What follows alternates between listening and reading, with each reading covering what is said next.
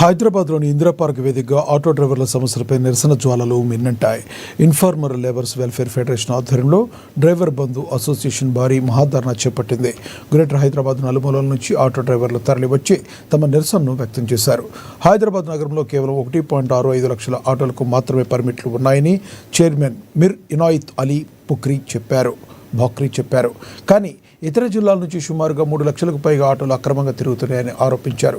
దీనివల్ల city permit ఉన్న డ్రైవర్ల ఆదాయం దెబ్బతింటుందని ఆందోళన వ్యక్తం చేశారు. తక్షణమే రవాణా శాఖ స్పందించి అక్రమ ఆటోలపై చర్యలు తీసుకోవాలని, తమ జీవనోపాధిని కాపాడాలని డ్రైవర్లు ప్రభుత్వాన్ని డిమాండ్ చేస్తున్నారు.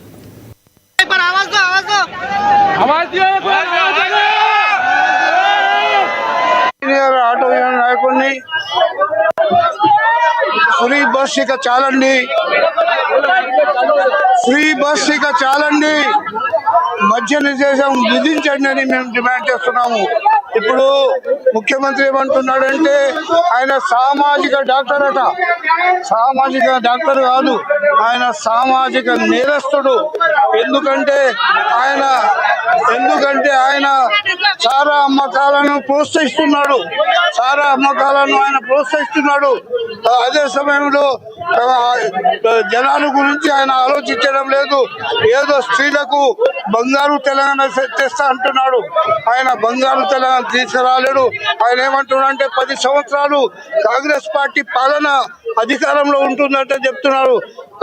10 సంవత్సరాలు కాదు, 10 నెలలు కూడా ఆయన ఈ అధికారంలో ఉండే అవకాశం లేదు.